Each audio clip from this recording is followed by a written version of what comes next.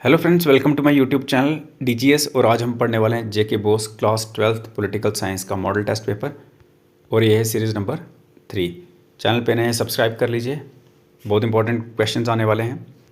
देखिए, टाइम है 3 घंटे, थ्योरी 80 मार्क्स की है। अटैम्प्ट करने से पहले इंस्ट्रक्शन पढ़ लेना, उसके बाद क्वेश्चन का आंसर लिखना है। पार्ट ए आपका कंटेम्प्रेरी वर्ल्ड पॉलिटिक्स है। सेक्शन ए MCQs हैं, 10 हैं। ठीक है, ध्यान से देखना क्वेश्चन क्या है। जो पॉलिसी है दितांते की, इसका मतलब क्या है? देखिए, ये रिलैक्सेशन होती है टेंशन की। किसके बीच में थी? यूएसए और यूएसएसआर में जो कोल्ड वार चल रहा था। जो दितांते ऐसा टाइम है जिसमें रिलैक्सेशन थी टेंशन की, तो उसको बोलते हैं detente. Question number 2, Marshall plan introduce किया था यूएसए ने, किसके लिए? रीबिल्ड करने के लिए, war torn Europe. Question number 3, आपको बताना है इनमें से कौन सा परमानेंट मेंबर नहीं है यूनाइटेड नेशन सिक्योरिटी काउंसिल का। तो देखिए, जापान नहीं है। ठीक है। क्वेश्चन नंबर 4, आपको बताना हेड क्वार्टर वर्ल्ड बैंक के कहाँ पे हैं। तो ये है वाशिंगटन DC। क्वेश्चन नंबर 5, आपको बताना इसमें से कौन सा फीचर है यूरोपियन यूनियन का। ये नीचे दिए हुए हैं। देखिए, कॉमन करेंसी है इनकी, काफ़ी सारे मेंबर्स जो हैं उनकी कॉमन करेंसी है, जिसको हम क्या बोलते हैं? Euro. Question number 6, human right day जो है ये कब ऑब्जर्व किया जाता है? 10 दिसंबर को। क्वेश्चन नंबर 7, आपको बताना है इसमें से कौन सा कंसिडर किया जाता है ग्लोबल सिक्योरिटी इशू। तो वो है क्लाइमेट चेंज।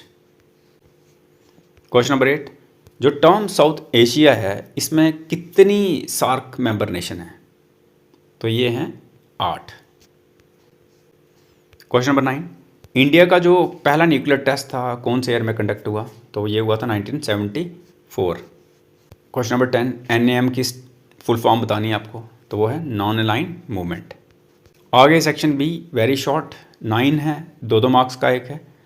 तो पहला कौन सा है? पहला है यूनिपोलैरिटी के बारे में आपको बताना है क्या है। तो देखिए, इस सीरीज़ में क्वेश्चन के आंसर नहीं है, नेक्स्ट में आ जाएंगे।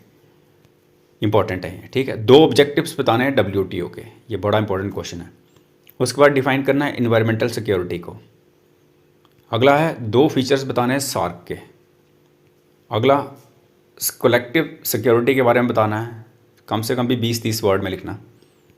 आगे है 2 फंक्शन बताने हैं UN जनरल असेंबली के, बहुत इंपॉर्टेंट है। और 2 कॉजेज़ बताने हैं किसके? ग्लोबलाइजेशन के। नेक्स्ट, सस्टेनेबल डेवलपमेंट का मीनिंग बताइए।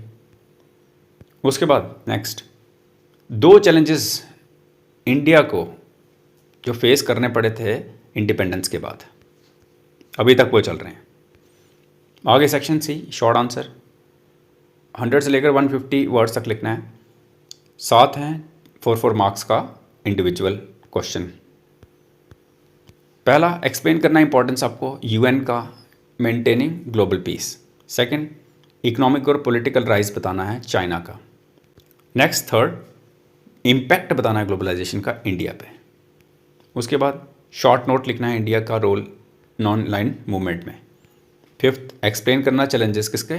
इन्वायरमेंटल डिग्रेडेशन के ग्लोबल लेवल पे। सिक्स्थ, एनालाइज करना फॉरेन पॉलिसी प्रिंसिपल्स किसके? इंडिया के।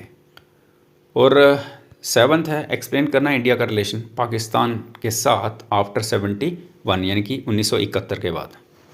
Section D, passage based question है। ठीक है, आपको ये पैसेज पढ़ना है और आंसर करने हैं क्वेश्चंस नीचे। पहला है, वर्ल्ड जो है कोल्ड वार के बाद इसने विटनेस की न्यू कन्फ्लिक्ट, जो मिलिट्री नहीं थी बट इसमें इकोनॉमिक और इन्वायरमेंटल इशू भी हैं। ठीक है, नेशंस जो हैं इन्होंने रियलाइज़ किया कि सिक्योरिटी जो है वो सिर्फ टेरिटोरियल प्रोटेक्शन तक सीमित नहीं है, इसमें वेलबींग भी है लोगों की। अब यहाँ पे क्वेश्चन दिए गए हैं, उसके अकॉर्डिंगली आपको आंसर करना है। कौन सी मेजर शिफ्ट जो है इस जो मीनिंग में सिक्योरिटी के यहाँ पे हाईलाइट की गई है। ठीक है। दूसरा, 2 नॉन ट्रेडिशनल सिक्योरिटी थ्रेट्स बताने हैं जो मेंशन किए गए हैं यहाँ, आपको इम्प्लाइड किए गए हैं यहाँ पे पैसेज में। तीसरा, जो कंसेप्ट है सिक्योरिटी का, क्यों ये एक्सपेंड किया पोस्ट कोल्ड वार एरा में। आगे सेक्शन ही लॉन्ग आंसर, तो 3 है, 6 मार्क्स का एक है। आपको 150 से लेकर 200 में वर्ड्स में इसको वाइंड अप करना है। पहला कौन सा है? मेजर रीजंस बताने हैं एंड ऑफ कोल्ड वार, और में एग्जामिन करने कॉन्सिक्वेंसेस इसके end of cold war on world politics. Question number 2 आपको एनालाइज करना है क्या एवोल्यूशन इंडिया की फॉरेन पॉलिसी, यानी कि इसका एवोल्यूशन कब से 47 यानी कि जब आज़ाद हुआ था और अब तक। और में आपको एक्सप्लेन करना है रोल इंडिया का किसमें, यूनाइटेड नेशन में। और लास्ट क्वेश्चन है इस सीरीज़ का, आपको डिस्कस करना है major regional conflict South Asia में और इनका इम्पैक्ट। और में आपको इवेल्युएट करना है इफेक्टिवनेस किसकी, सार्क की, कि इसने कैसे प्रमोट किया रीजनल कोऑपरेशन को, क्या रोल है इसका।